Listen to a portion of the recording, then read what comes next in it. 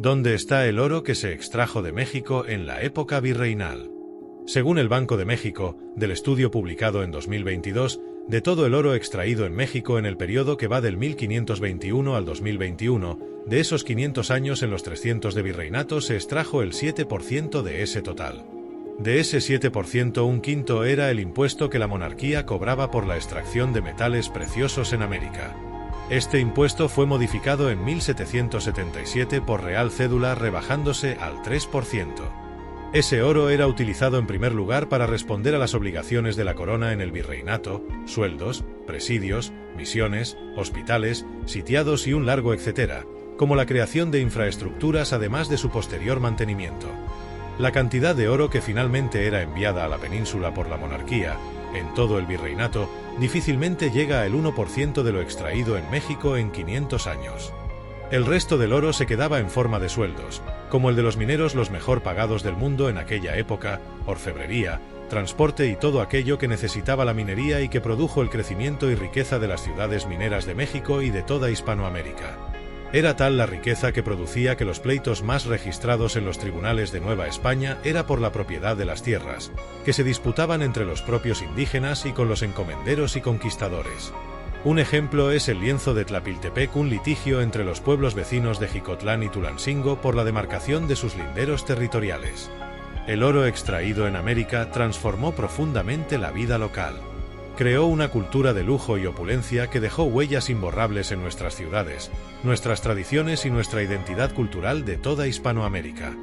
Muchas de las iglesias más famosas de Hispanoamérica todavía brillan gracias al oro extraído durante el virreinato. Desde Quito hasta Potosí, pasando por Oaxaca, las catedrales eran auténticas obras maestras del arte barroco, recubiertas de oro y piedras preciosas. Por ejemplo, en la Catedral de Potosí, Bolivia, considerada la montaña rica por su inmensa cantidad de plata, los altares mayores estaban literalmente empapados de oro. Los techos relucían bajo la luz de miles de velas encendidas, mientras los fieles se arrodillaban ante santos tallados con incrustaciones de esmeraldas y rubíes. Además, muchos conventos y monasterios poseían bibliotecas magníficas, donde libros encuadernados en piel fina y decorados con hojas de oro contenían textos sagrados y científicos. Estos lugares se convirtieron en centros culturales importantes, aunque financiados indirectamente por la explotación minera. El lujo personal, joyas, vestidos y carruajes dorados. En la sociedad virreinal, el oro no solo era un símbolo de riqueza, sino también un indicador de estatus social. Los miembros de la élite, virreyes, gobernadores, mercaderes prósperos y familias criollas, caciques y nobles indígenas, competían constantemente por lucir más opulentos que sus vecinos. Las mujeres criollas llevaban collares de oro masivo, brazaletes que pesaban casi como armaduras y pendientes gigantescos con diamantes incrustados.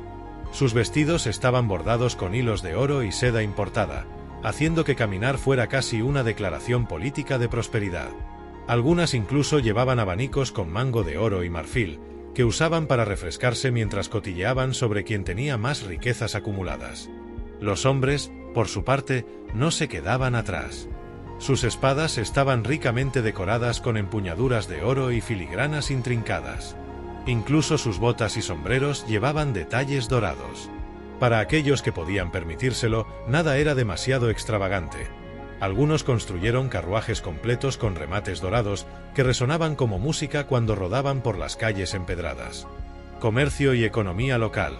El oro circulaba ampliamente dentro de América.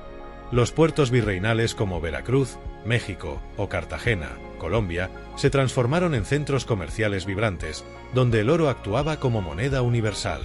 Con este flujo constante de riqueza, surgieron ciudades prósperas donde los artesanos locales podían ganarse la vida fabricando objetos de oro para satisfacer la demanda de la élite. Por ejemplo, en Santo Domingo hubo talleres especializados en trabajar metales preciosos, creando piezas únicas que combinaban influencias indígenas, africanas y europeas. Además, el oro se empleaba para financiar proyectos ambiciosos como canales de irrigación, fortificaciones militares y, en algunos casos, hasta expediciones exploratorias adicionales. En Perú, por ejemplo, el oro proveniente de Potosí ayudó a consolidar el control español sobre vastas regiones andinas, permitiendo la construcción de caminos reales que conectaban ciudades distantes. En definitiva, el 99% del oro extraído en la América virreinal española sirvió para enriquecer a sus ciudadanos, a diferencia de lo ocurrido en las repúblicas salidas de la fragmentación de los virreinatos, donde políticos y mineras acaparan casi toda la riqueza y en la mayoría de los casos mineras extranjeras.